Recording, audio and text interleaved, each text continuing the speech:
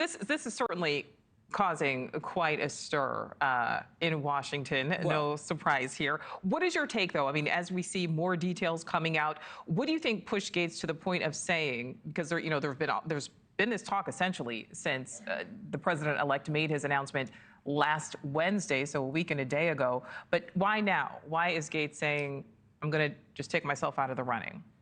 You know, it's so interesting you should say surprise, Nichole, because in some senses it is a surprise, in some sense it is not a surprise.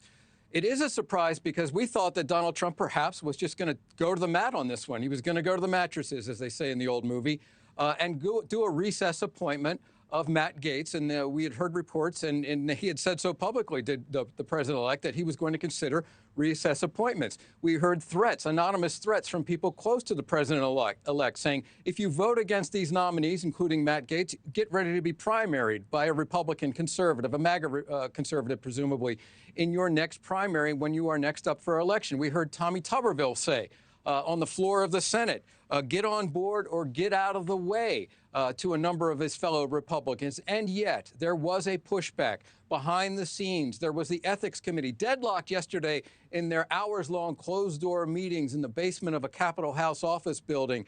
But now a move by Democrats in the House of Representatives to force that information that was the subject of that years-long investigation by the Ethics Committee into Matt Gaetz and these allegations of sex with an underage girl, to force them into the public eye through a procedure on the House floor. And frankly, Matt Gaetz had a lot of enemies in the House of Representatives within the Republican Party, of course, to say nothing of Democrats. And there's a chance that that could have passed, and it could have passed easily.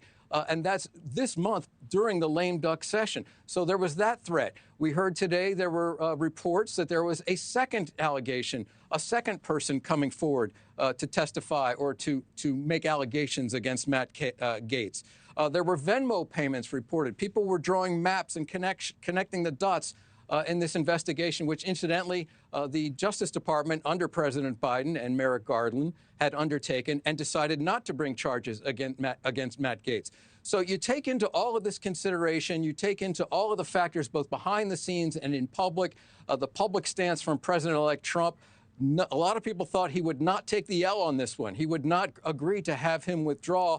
We know now that Matt Gaetz, with the explicit endorsement and backing of Donald Trump, we've seen his statement as well, has in fact withdrawn from consideration. He was not yet a formal nominee, but withdrawn from consideration as the next Attorney General. All right, so Vic, I want to talk to you about two things, and which are obviously connected. I want to talk about what is next potentially for Matt Gaetz. But first, I mean, what about this House Ethics Committee report on its investigation into Gaetz? I mean, is that essentially dead in the water at this point? Well, you know, he resigned from this Congress. This is the 118th Congress. Of course, that's going to end sometime just before Christmas, presumably. The next Congress, the 119th Congress, starts on January 3rd. That's the constitutionally mandated date. Matt Gaetz was elected to the 119th Congress. He resigned from this current Congress. So it's an open question now whether or not he takes his seat in the Florida Panhandle, includes Pensacola, Florida, in Congress come January 3rd. That raises another interesting question. Would the Ethics Committee therefore take back up their investigation and perhaps make those charges public now that he is a sitting member of Congress? Remember, the Ethics Committee, their excuse was, or their rationale for not releasing the report is it was unprecedented. We heard Speaker Johnson, of course, the top Republican in the House, as well as the Speaker of the House, saying he was against breaking the precedent and releasing a report. So a lot of open questions about where Matt Gaetz goes from now, Nichole. So, Vic, how out of the ordinary is it for someone to remove themselves from the nomination? Again, he wasn't the official nominee yet, but he is now taking himself out of the running before the confirmation process officially started. Yeah. Well, it's unusual. It's not that unusual. Again, we're going to make a distinction here between a formal nomination before the Senate under consideration and people who had been picked informally but not yet formally nominated. The former Democratic leader of the Senate, Tom Daschle, was President Obama's pick to be the Health and Human Services Secretary. He had to withdraw because of a payment that he made to a domestic worker, if memory serves correctly. Ronnie Jackson, he's actually currently a Republican member from Texas. He was President Trump's nominee to be the VA Secretary, the Veterans Affairs Secretary. He withdrew before he got to the Senate confirmation process. But in terms of a formal nominee to the Senate undergoing the process, way back in 1989, George H.W. Bush had nominated a Texas Republican, John Tower, who had been the chairman of the Armed Services Committee.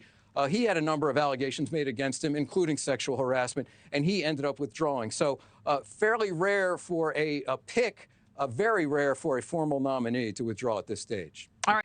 Thanks for watching. Go to joinnn.com to find NewsNation on your screen. And don't forget to click the red subscribe button below to get more of NewsNation's fact-driven, unbiased coverage.